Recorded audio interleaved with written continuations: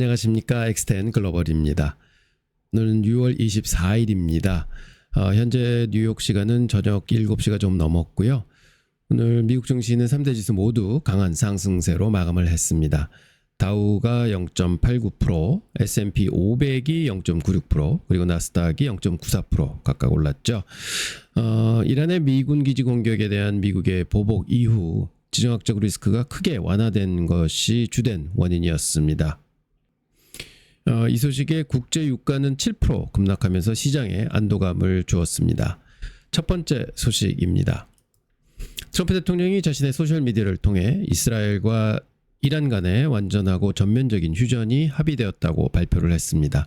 이란의 카타르 미군 기지 공격이 사상자 없이 끝나면서 시장을 짓누르던 확전 우려가 급격히 줄어드는 덕분입니다.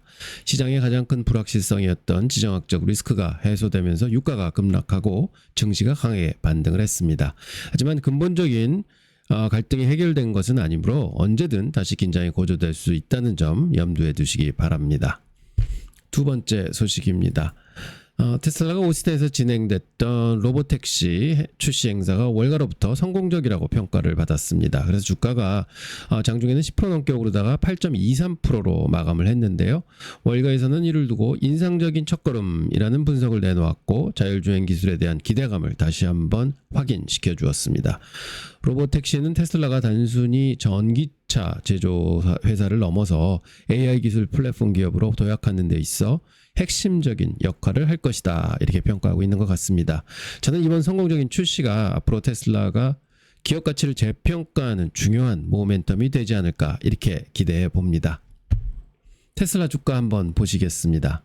테슬라 주가가 아주 시원하게 오늘 올라줬습니다. 그래서 이제 전 고점 근처를 다시 이제 트라이를 하려고 하고 있는데요. 지난번에도 제가 한번 패턴 분석 한번 해드렸죠. 지금 이런 렉탱귤 그리고 또 쌍바닥을 치고 올라간 게 이제 확인이 됐고요. 그래서 이 두 개의 고점선이 어디냐? 타겟선이 370불에 놓여 있고 그 위에 또 타겟은 정확하게 379불, 380불 선에 놓여 있습니다.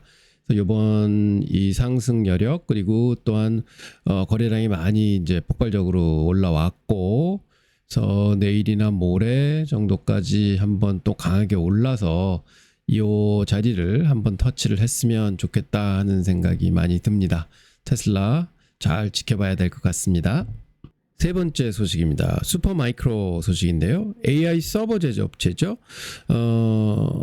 이번에 20억 달러 규모의 전환사채 발행 계획을 발표한 후에 주가가 무려 9.7%나 급락을 했습니다. 이는 대규모 자금 조달로 인해 기존 주주들의 지분 가치가 희석될 수 있다는 우려가 나왔다고 하는데요. 기업이 성장을 위해 자금을 조달하는 것은 필수적이지만 그 방식에 따라 주가에는 정반대의 영향을 미칠 수 있는 것 같습니다. 특히 전환사채 발행은 단기적으로 주가에 큰 부담으로 작용하는 전형적인 예가 되고 있습니다.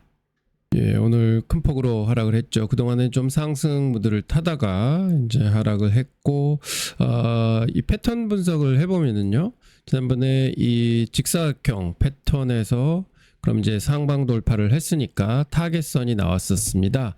근데 그때 타겟선이 얼마였냐면은 정확하게 이 47불 선이었거든요. 근데 그걸 터치를 했고, 그리고는 다시 한번 그 선에 가다가 이제 오늘 좀 하락을 맞았습니다. 그래서 여기 200일 이동평균선을 계속 지지하면서 상승을 트라이를 하고 있기 때문에 요번에도 더 많이 빠진다면 요 200일 선이 지지가 되는 그런 구간이 될 거다, 이렇게 보고 있습니다. 예, 네 번째 소식입니다. 파월 연준 의장이 이번 주 의회에서 증언을 하기로 돼 있죠. 최근 트럼프 대통령과의 갈등 그리고 연준 이사들 사이에서 나오는 엇갈린 금리 정책 신호 속에서 파월 의장이 어떤 정치적인 혹은 경제적 메시지를 내놓을지에 대해서 시장이 관심을 모으고 있습니다. 파월 의장의 발언 하나하나가 금리, 환율, 주식 이런 시장 전체를 흔들 수 있는 만큼 그날의 발언 톤과 내용에 따라 시장의 단기적인 방향성이 결정될 것으로 예상되고 있습니다. 다섯 번째 소식입니다. 이번에 이란과 미국의 군사적 충돌 우려로 인해서 최근 강세를 보였던 방위산업 관련 주식들이 휴전 소식에 향후 전망이 주목되고 있습니다. 지정학적 불안이 지속될수록 국방 예산이 증가하고 무기 수요가 늘어날 것이라는 기대감이 있어서 주가가 좀 올랐었죠. 전쟁이나 군사적 긴장은 인류에게 비극이지만 아이러니하게도 특정 산업에는 성장의 기회가 되기도 합니다. 지정학적 리스크가 커지는 시기에는 방산주가 포트폴리오의 위험을 해치하는 역할을 하기도 하죠. 리스크가 완화될 경우 가장 먼저 조정을 받는 게 이 섹터이기도 합니다. 마지막 소식입니다. 메타가 최근 계속해서 M&A 얘기를 하고 있는데요. 스케일 AI와의 거래 이전에 또 다른 유력 AI 스타트업인 런웨이라고 있습니다. 그에 대해서도 인수 제안을 타진했다는 것으로 보도가 됐는데, 이는 빅테크 기업들이 AI 패권을 잡기 위해서 얼마나 공격적으로 M&A를 하고 있고 인재를 확보하고 있나 하는 것을 보여주는 단적인 예라고 하겠습니다. 앞으로 AI 분야의 유명한 스타트업을 둘러싼 빅테크들의 인수전은 계속될 것이라고 보입니다. 메타 주가 한번 보시겠습니다. 좀 최근에 이제 하락을 하다가 오늘 뉴스로 인해서 오른 건지 모르겠지만 2%가 넘게 상승을 했고요. 그래서 패턴 분석 지난번에 이제 한번 했을 때는 이게 이제 완성이 됐네요. 그 라이징 웨지라고 하면은 이건 하락 시그널입니다. 그래서 여기서 브레이크아웃이 일어나서 이제 그게 완성이 됐고, 타겟은 550불 선이니까 이게 대충은 한 20% 정도 하락하면은 이 패턴이 완성이 되는데요. 근데 지금 이 선을 잘 지킬지 아니면 좀 쉬면서 이 패턴에 따라서 조금 더 하락을 할지, 그리고 여기 200일선이 또 밑에 있습니다. 그래서 메타는 좀 더 지켜보도록 하는 걸로 하겠습니다. 오늘 소식은 여기까지입니다. X10 미국 주식 투자에서 가장 여러분들이 알고 투자하셔야 될 부분에 대해서 계속 말씀드리는 코너입니다. 오늘은 제목이 샤프 지수와 레버리지 이렇게 써 있는데요. 여러분, 이게 어려운 얘기가 아니고요. 오늘 아주 쉽게 말씀을 드릴 테고요. 네, 이거를 하는 이유는 안정적인 수익을 위해서 꼭 필요하신 거다 하고 말씀을 드리고, 이게 1편입니다. 앞으로 2편, 3편 계속 나가도록 하겠습니다. 자, 얼마나 사야 해? 하는 생각 많이 하시죠? 5만 불의 계좌가 있다. 그러면 요즘에 테슬라도 사고 싶고, 오늘도 보니까 테슬라 로보택시 진짜 잘 된다고 많이 올랐는데, 이거 그다음에 아이온큐도 양자 컴퓨팅에서 이제 앞으로 잘 간다고 하던데, 마이크로소프트는 역시 그래도 꾸준한 주식이니까 이것도 사고 싶고, 브로드컴 요즘에도 사고 싶고, 이런 생각 많이 드세요. 그런데 5만 불이 있다고 해서 과연 이거를 n분의 1로 나눠서 12,500불씩 사야 될까? 얼마를 사야 돼? 하는 생각 하시고요. 또 어쩔 때는 아니야, 테슬라가 굉장히 좋아 보여. 앞으로 자율주행 로보택시 난리 날 것 같아. 그러면 반은 테슬라를 사고, 팔란티어? 이것도 좋지. 그럼 15,000불은 팔란티어 사고, 마이크로소프트 브로드컴 5,000불씩 나눠서 살까? 이렇게들 생각들 많이 하십니다. 과연 얼마를 투자하는 게 적정할까요? 이런 답을 찾기 위해서는 우리가 공부를 조금 해야 합니다. 자, 5년간의 그래프인데요. 각 주식들, 미국에 있는 상장되어 있는 주식들의 그래프입니다. 보시면 어떤 주식이 가장 눈에 들어오세요? 저는 이거 보면 그래도 4개 종목 중에서는 쭉 빨랫줄처럼 길게 잘 올라가고 있고, 최근에도 많이 올랐네. 야, 이게 그래도 주식이 제일 좋아 보이네 하고 생각하실 것 같고요. 그다음에 오른쪽 그래프 보면은 약간 이 1번 그래프보다는 조금 흔들림이 큰 것 같지만, 그래도 수익 보면은 쭉 꾸준하게 올라오는 것 같습니다. 최근에 조금 못 오르긴 했지만, 그래도 얘도 참 좋은 주식이구나 생각하시겠고, 그 다음 거 보게 되면은 흔들림이 아까 두 번째보다 더 크지만, 이거 뭐야? 최근에 와서 굉장히 많이 빠졌네. 2년 반 전 주가로 다시 돌아갔네. 이건 회사에 무슨 일이 있구나. 이런 거는 투자하면 안 되겠다. 무슨 주식인지 모르시면서 이제 그렇게 생각 당연히 하실 거고요. 오른쪽 보면은 얘는 한 1, 2년 기다가 한번 확 오르고는 그 다음에 또 한 2년 정도 기네 아이고 흔들림도 크고 이거는 잘 모르겠다 이렇게 생각하시겠죠. 자, 우리들은 주가를 보고 과거에 움직이는 모습을 보고 향후에 어떻게 할 거다 이렇게 예상을 합니다. 자, 그렇게 하면 이제 앞으로 어떻게 얼마만큼 주식을 사야 되나, 분산은 어떻게 해야 되나, 뭐 이런 것들을 생각을 하셔야 되잖아요. 많은 분들이 뭐 한 종목 사시기도 하고 두세 종목 베팅하시기도 하시는데 사실은 종목은 많으면 많을수록 좋습니다. 그건 이제 차근차근 강의하면서 말씀을 드리겠는데요. 자, 여러분들 공부하면은 주식 교과서 보시면은 뭐 퀀트의 기본은 샤프 지수다 해서 뭐 샤프 지수 막 설명 나오잖아요. 머리 아프시죠? 이거 아실 필요 없습니다. 저 샤프를 아주 쉽게 말씀드리겠습니다. 그런데 이게요, 보면은 1966년에 노벨 경제학상을 받은 윌리엄 샤프라는 분이 개발하신 거예요. 그래서 굉장히 똑똑한 사람이 개발한 거다. 그래서 우리가 굉장히 많이 쓰고 있고요. 사실은 퀀트 트레이더들한테는 아주 기본적인 사안입니다. 이걸 오늘 쉽게 설명을 드리도록 하겠습니다. 자, 이 왼쪽에 있는 그래프, 아까 1번 그래프였습니다. 이거는 진짜 주식이 뭐 꾸준하게 흔들림도 별로 없이 오르는구나 하고 보실 수 있고요. 오른쪽 보시면 얘는 흔들림이 참 많구나. 오르긴 올랐는데도 이게 참 어려움이 중간중간에 굉장히 많았겠구나 하는 생각이 드십니다. 자, 그럼 만약 이 수익률이 똑같다고 하면 돌아가셔서 어떤 주식을 사시겠습니까? 저는 이거 삽니다. 이거 안 삽니다. 왜? 울렁울렁 하잖아요. 많이 흔들리니까. 자, 그래서 우리가 앞으로 주가가 어떤 모양으로 수익률이 얼마 날 거다를 알면 분명히 여기에 가까운 주식을 사실 겁니다. 그런데 그거를 모르잖아요. 그러니까 우리는 과거치를 보면서 미래를 예측해 보는 거죠. 그래서 일단은 주식 투자에서 수익률이 가장 중요합니다. 그래서 샤프 지수는 수익률을 위에다가 먼저 딱 자리를 잡아 놓습니다. 1년에 30% 오르는 거, 1년에 20% 오른 거, 1년에 50% 오르는 거 해서 과거 1년 동안의 수익률을 여기다 딱 적어 놓고요. 그 다음에 밑에는 뭘 놓느냐. 여러분 보셨죠? 아까 이렇게 흔들림이 적은 주식이 더 좋다고 하셨습니다. 흔들림이 많은 주식이 이거는 투자 싫어요 하셨습니다. 그러면 이게 뭔가요? 변동성이라는 거죠. 변동성이 작다, 변동성이 크다. 그래서 변동성이 큰 거는 싫으시잖아요. 그러면 샤프 지수는 밑에다가 변동성이 악영향을 미치도록, 즉 변동성이 커지면 샤프 지수는 작아지겠죠. 여기에 수익률이 20%가 있는데 변동성이 20%가 있으면 샤프 지수는 1이 될 테고요.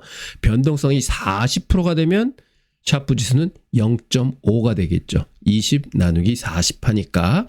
그래서 샤프 지수는 이 퍼센테이지는 서로 생략되고 수익률을 변동성으로 나눈 거구나.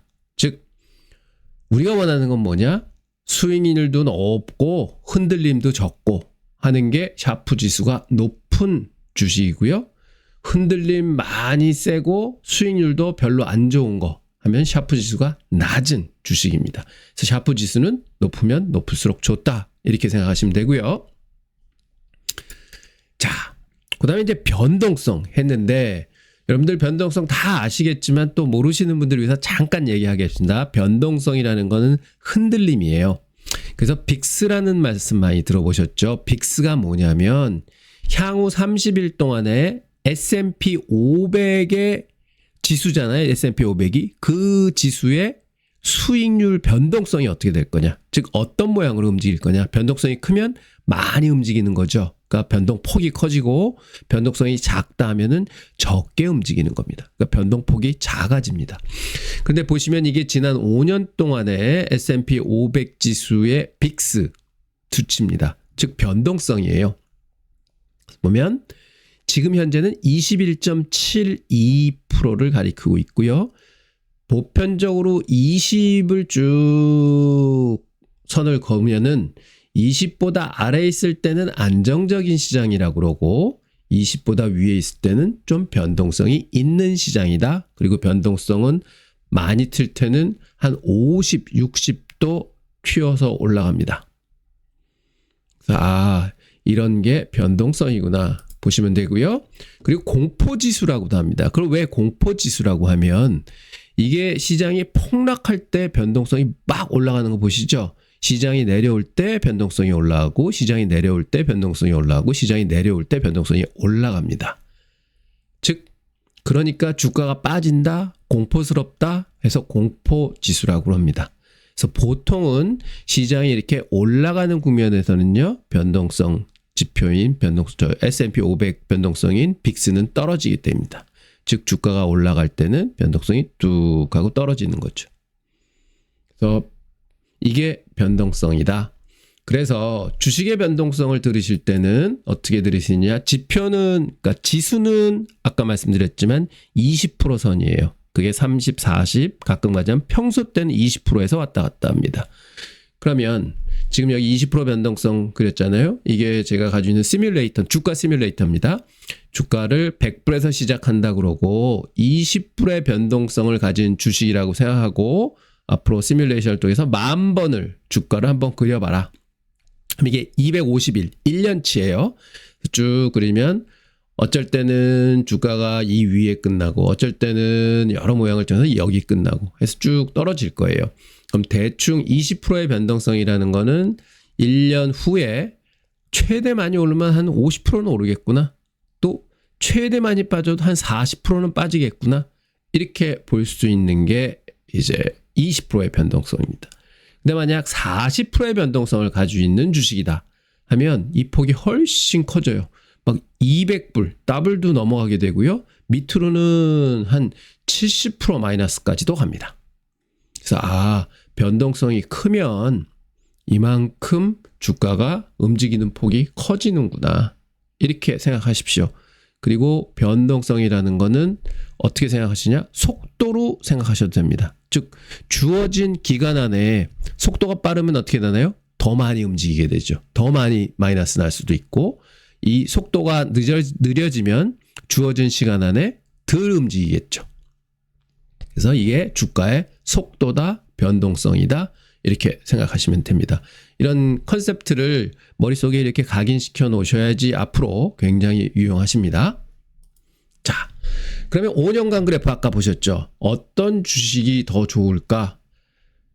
근데 이거를 한 그래프에 딱 묶어 보겠습니다.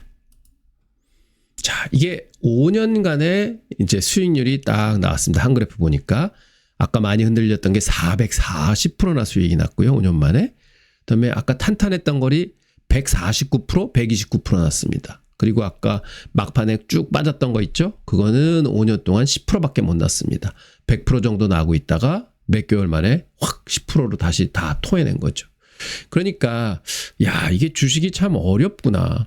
이렇게 노란 거 봐도 탄탄하게 계속 올라오고 있었는데 한순간에 그거를 다 까먹는구나. 저거는 막을 길이 없겠네. 그래서 분산 투자해야 되는구나 생각하실 수 있고요. 그 다음에 5년 동안에 140%, 129% 나쁘지 않은 수익률입니다. 이것도 굉장히 흔들림에 비해서 뭐 이 정도 벌면 좋겠네 생각하시고 440% 난 거 보면은요. 근데 이 수익률 좋지만 과연 내가 여기서부터 여기까지 빠지는 거를 견딜 수 있을까? 이게 자그마치 몇 프로가 빠지는 거야? 이렇게 생각하십니다. 이 수익도 좋지만 이 과정도 중요하구나 하고 생각하실 수 있겠죠. 그런데 1편, 2편, 3편을 다 들으시면은요.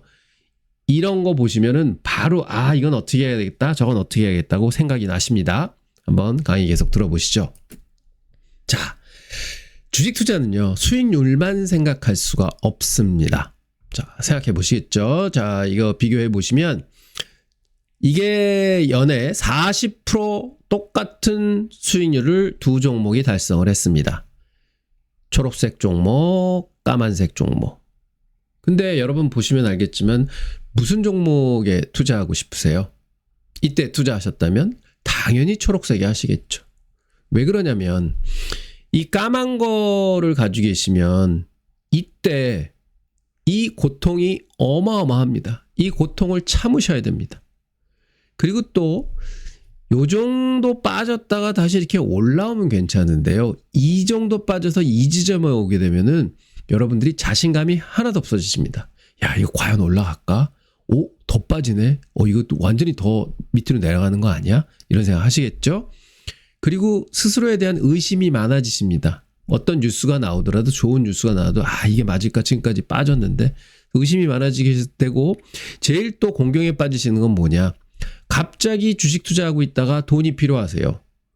그런데 이 정도에 있으면 그래도 뭐 조금 팔았다가 좀 돈 좀 쓰고 다시 넣어서 다시 사야지 하는데, 이 정도 내려와 있으면은요, 이게 반토막 정도 넘게 난 거거든요. 그러면 이거 주식 팔 수도 없고 돈도 모자라고 막 이런 경우가 발생을 하죠. 그래서 현금화하는데도 문제가 된다. 이렇게 과정이 어려운 것들은. 그래서 이게 수익률만 생각해서는 안 되고 오는 과정, 흔들림 이런 것도 생각을 해야 되는 거구나 하고 생각을 꼭 하셔야 됩니다. 자, 그래서 여기서 샤프 지수가 나옵니다. 샤프 지수는 뭐라고 말씀드렸냐? 수익률을 기본적으로 보고, 그리고 거기에 대해서 변동성이 그거를 깎아준다 하는 겁니다.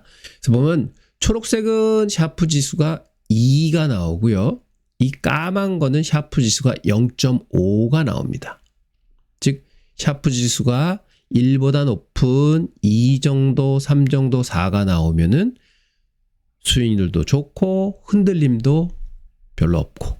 근데 이게 1 밑으로 내려서 0.5, 0.2 뭐 이렇게 나오게 되면은 수익률은 같아도 흔들림이 굉장히 심한 거. 그러면 나는 투자를 한다 그러면은 2에 투자하는 게 옳다. 0.5는 너무 어렵겠다. 이렇게 평가하시면 됩니다. 즉 수익률하고 흔들림하고 같이 보는 게 샤프 지수구나. 샤프 지수가 높으면 높을수록 수익률도 좋고 변동성도 만만한 거다. 이렇게 보시면 되겠습니다. 자, 그럼 예제로 한번 보겠습니다. 샤프 지수가 20이면은요, 어떤 그림이 나오면 여기 초록색 그림이 나옵니다. 이거 거의 자대구 일직선을 그은 거죠. 그러니까 현실 세계에서는 굉장히 일어날 수 없는 이제 그래프라고 말씀을 드리고, 그래서 샤프 20 정도 된다. 10이 넘어간다.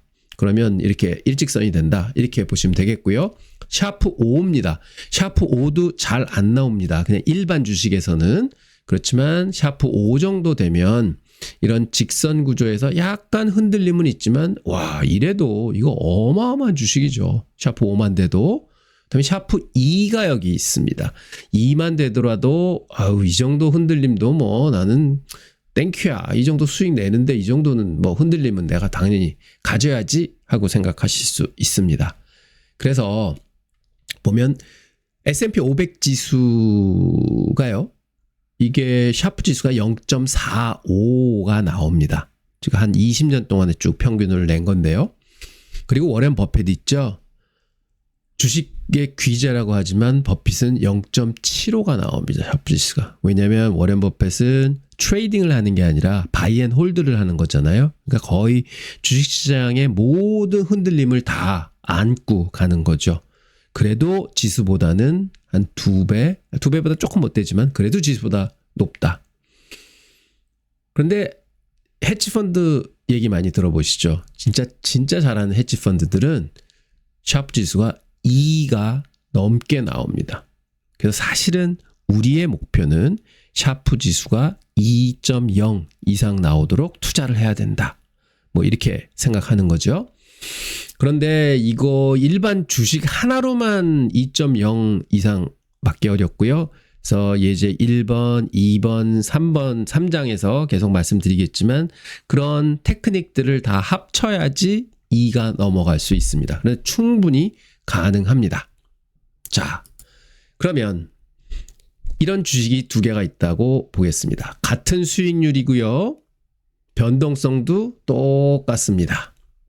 그럼 뭐가 똑같을까요? 샤프 지수도 똑같겠죠. 자, 그러면 이게 어떤 걸 투자해야 되지?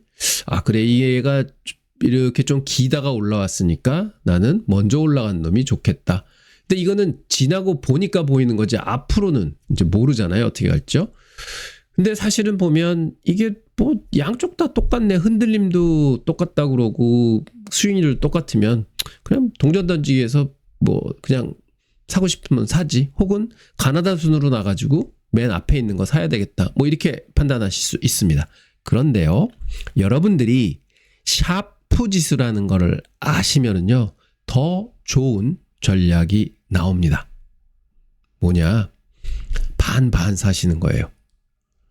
그러니까 만브로치를 그냥 한 종목에 넣는 게 아니라 레드 5,000불, 블루 5,000브로치를 사서 포트폴리오를 구성해서 가져가시는 겁니다. 그렇게 되면 어떻게 되느냐? 수익률도 보세요. 얘가 올라가고 얘가 내려갈 때 수익률은 중간이겠죠? 와, 요 중간을 가는구나. 훨씬 안정스럽구나. 그래서 샤프 지수를 계산해 보면 몇이 나오냐면 5가 나옵니다. 와, 아까 개별 주식으로 투자를 했으면 샤프 지수 2, 진짜 이런 흔들림을 가져갈 텐데 이거를 50%, 50% 담았더니 샤프 지수가 훨씬 좋아지는구나. 이게 훨씬 좋은 투자죠. 샤프 지수가 높으면 높을수록 좋은 투자라고 말씀드렸습니다. 아, 이게 일반 주식만 볼 게 아니라 이런 식으로 포트폴리오를 만드는구나. 해서 지금 제가 말씀드리는 방법이 여러분 막 포트폴리오 옵티마이제이션 뭐 이런 거 많이 들어보셨을 거예요. 그러니까 그런 거를 컴퓨터를 시켜서 막 이거 섞고 저거 섞고 이 웨이트도 바꿔보고 막 하면서 너무 훌륭한 포트폴리오를 만들어내는 게 옵티마이제이션입니다. 그래서 이런 원리로 한다. 그래서 여러분들도 사실은 분산 투자를 하는 게 위험을 낮추려고 하는 것도 있지만 사실은 계좌를 가져가면서 훨씬 편한 마음으로 이 샤프 지수가 높다는 건요. 전체적인 손익 흔들림이 적다는 얘기예요. 손익 흔들림이 적으면 마음이 훨씬 편한 거죠. 그래서 마음 편하게 투자할 수 있구나. 아, 이래서 분산을 하는구나 하고 또 새로운 개념을 자꾸 머리에 넣으셔야 됩니다. 자, 그러면 수익률이 우선인가 샤프가 우선인가 하는 고민이 있을 때가 있습니다. 이 노란 선을 보면 샤프가 2래요. 와, 좋네. 수익률이 10%입니다. 근데 이 초록색 선을 보면은 와, 수익률이 20%래요. 와, 좋은데 근데 샤프 지수가 0.5밖에 안 됩니다. 너무 많이 흔들립니다. 그래서 이건 마음고생 많이 할 것 같은데 근데 나는 수익률은 20%는 가지고 싶어. 그럼 어떤 주식에 투자하셔야 될까요? 아, 이게 어렵습니다. 좀 마음 편하고 싶고 이거는 마음이 힘들겠지만 20% 수익률은 가지게 됐고. 그래서 여기서 뭐가 나오느냐? 레버리지가 나옵니다. 갑자기 뜬금없이 레버리지 하면 이제 깜짝 놀라시죠? 그리고 많은 분들은 레버리지 쓰는 거는 안 좋은 거다. 신용은 안 좋은 거다. 조심스럽게 투자해야 된다. 저거 하다가는 패가 망신한다. 하는 생각들을 많이 하시는데요. 절대 그렇지 않습니다. 독사의 독도 잘 쓰면 약이 되잖아요. 레버리지도 똑같습니다. 제대로 쓰시면 굉장한 효과를 내는 툴이 됩니다. 자, 레버리지라는 것은 돈을 빌려서 투자를 하는 겁니다. 즉, 내 돈이 100불이 있는데 빌리지 않고 내 돈 100불 가지고 투자하는 거는 레버리지 1배 해서 X1 이렇게 얘기를 하고요. 그래서 통 투자 금액은 평가 금액이 10%가 수익이 났다. 그러면 110불이 되겠고요. 그럼 순이익은 10불이 난 겁니다. 그러면 제 100불을 투자해서 10불 났으니까 내 돈 대비 수익률은 10%가 되는 거죠. 그런데 레버리지 2배를 사용한다. 즉 100불 내 돈을 내고 100불을 빌리면 계좌에 200불이 들어가게 되겠죠. 그러면 레버리지 배스는 2배, 2x입니다. 그러면 총 투자 금액은 200불이어서 10%가 나게 되면은 220불이 되는 거죠. 그러면 20불 순이익이 발생을 했습니다. 그런데 제 돈은 얼마죠? 투자한 돈 말고 내 돈이 얼마였죠? 100불이었습니다. 그리고 100불을 꼬니까 200불을 했던 거죠. 근데 100불에 대해서 20불을 벌었으니까 20% 수익률입니다. 내 돈에 대해서는. 그래서 보면 레버리지의 핵심은 뭐냐? 수익하고 위험이 증폭이 같이 됩니다. 즉 자산 가격이 오르면 오른 만큼의 수익률이 레버리지 배수만큼 2배로 했으면 2배. 2배 맞잖아요. 3배로 했으면은 30%까지 올라가겠죠? 3배. 이렇게 수익도 증폭이 되지만 또 뭡니까? 위험도 증폭이 됩니다. 마이너스 10% 나면은 마이너스 10%, 마이너스 20%, 마이너스 30% 이렇게 레버리지 배수만큼 커지겠죠. 그래서 결과적으로 수익률의 변동폭, 그게 뭐죠? 볼러탈리티입니다. 변동성이 레버리지 배수만큼 커진다. 레버리지라는 게 내가 버는 수익률도 레버리지 배수만큼 늘어나지만 변동성도 레버리지 배수만큼 늘어나는구나. 그럼 여기서 재밌는 현상이 나옵니다. 레버리지 없이 20% 수익률을 내고 20% 변동성을 가졌었다 하면은 샤프 레이시오가 1이죠. 수익률 나누기 변동성이니까. 근데 2배 레버리지를 썼다고 보겠습니다. 그럼 이렇게 2배 레버리지 썼으면은 40% 수익 나는 거고 변동성도 2배 올라간다 그랬죠? 40% 변동성입니다. 이거 나누면 1입니다. 3배를 썼다 그러면 60% 나누기 60% 해서 또 1입니다. 샤프 지수는 안 바뀌는구나. 레버리지를 써도 나는 샤프 지수가 뭐 더 줄고 이게 변동성이 커지니까 그런 줄 알았더니 샤프 지수는 안 바뀌는구나. 그 말은 샤프 지수가 3을 가진 자산을 3배, 4배로 사도 샤프 지수는 그대로 존재를 하는구나. 그러면 3이면 굉장히 좋은 투자 자산이잖아요. 레버리지를 써도 굉장히 좋은 투자 자산이 되는구나 하는 거를 아실 수 있습니다. 자, 그러면 레버리지의 결과를 한번 보겠습니다. 아까 보셨던 이렇게 많이 움직이는 자산, 그 다음에 샤프 레이시오가 2였던 자산에다가 레버리지가 없을 때는 노란색이지만 2배 레버리지를 하면은 초록색이 됩니다. 수익률이 2배로 올라가니까요.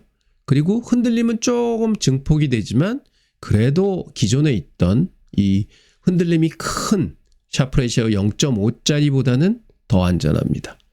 수익률이 2배가 됐죠. 그 다음에 3배의 레버리지를 쓴다. 이 주식을. 그렇게 되면 흔들림은 조금 더 커지지만 이거에 비해서는 훨씬 더 흔들림이 적죠. 그 대신 수익률은 3배가 됩니다. 레버리지를 사용해서 흔들림은 좀 증폭은 시키지만 다른 상품보다도 흔들림을 훨씬 적게 만들 수도 있는 거구나. 그러니까 꼭 이렇게 흔들림이 많은 이런 자산으로 수익률을 내려고 하는 것보다는 흔들림이 적은 자산을 레버리지를 조금 가해서 이렇게 샤프 레이시오는 그대로 보존을 하면서 수익을 추구할 수 있구나 하는 거를 보실 수 있으십니다.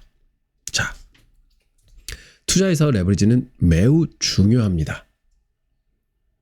그래서 사실은 투자는 수익을 내기 위해서 하는 거잖아요. 그래서 수익률이 가장 중요하죠. 가장 높은 수익률을 가질수록 좋죠. 그렇지만 변동성도 함께 고려를 하셔야 됩니다.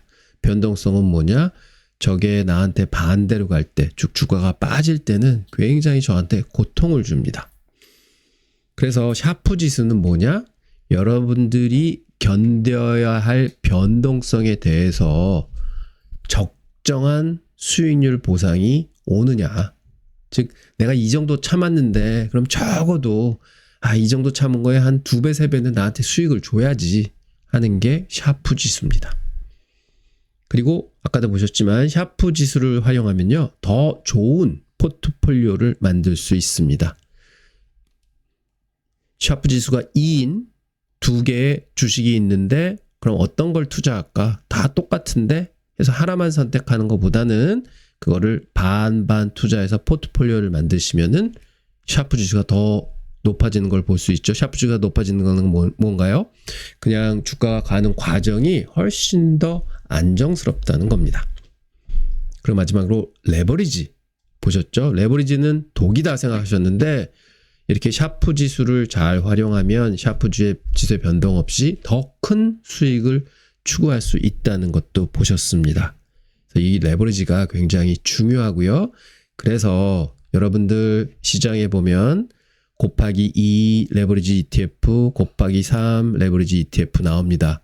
종목들도 나옵니다. 그럼 많은 분들이 이게 투자자들 베팅하라고 이렇게 만들어 놓은 거구나 하고 생각하실 수 있지만, 사실은 방금 전에도 보셨지만 레버리지를 2배, 3배 쓰게 되면 훨씬 좋은 포트폴리오 구성이 되잖아요. 그런데 활용하라고 나와 있는 겁니다. 그래서 앞으로 레버리지는 나쁜 게 절대 아닙니다. 그리고 제가 초장에 보여드렸던 X10이라는 전략이 있잖아요. 그 바이앤홀드 전략인데, 물타기 전략. 그것도 사실은 안에 레버리지가 굉장히 많이 들어갑니다. 근데 많은 분들이 레버리지를 쓴다, 신용을 쓴다 하면은 큰일 날라고 하는데, 방금 전에 보셨듯이 그런 원리로 해서 레버리지를 쓰게 되면요, 훨씬 더 수익이 안정되면서 더 큰 기대 수익을 발할 수 있습니다. 그래서 이런 거를 다음 편에서는 좀 실제 예제도 들고 한번 포트도 구성해보고 하는 시간을 가지면서 어떻게 하면 좀 더 나은 그 주식 투자를 할 수 있을까 하는 것을 말씀드리도록 하겠습니다. 감사합니다.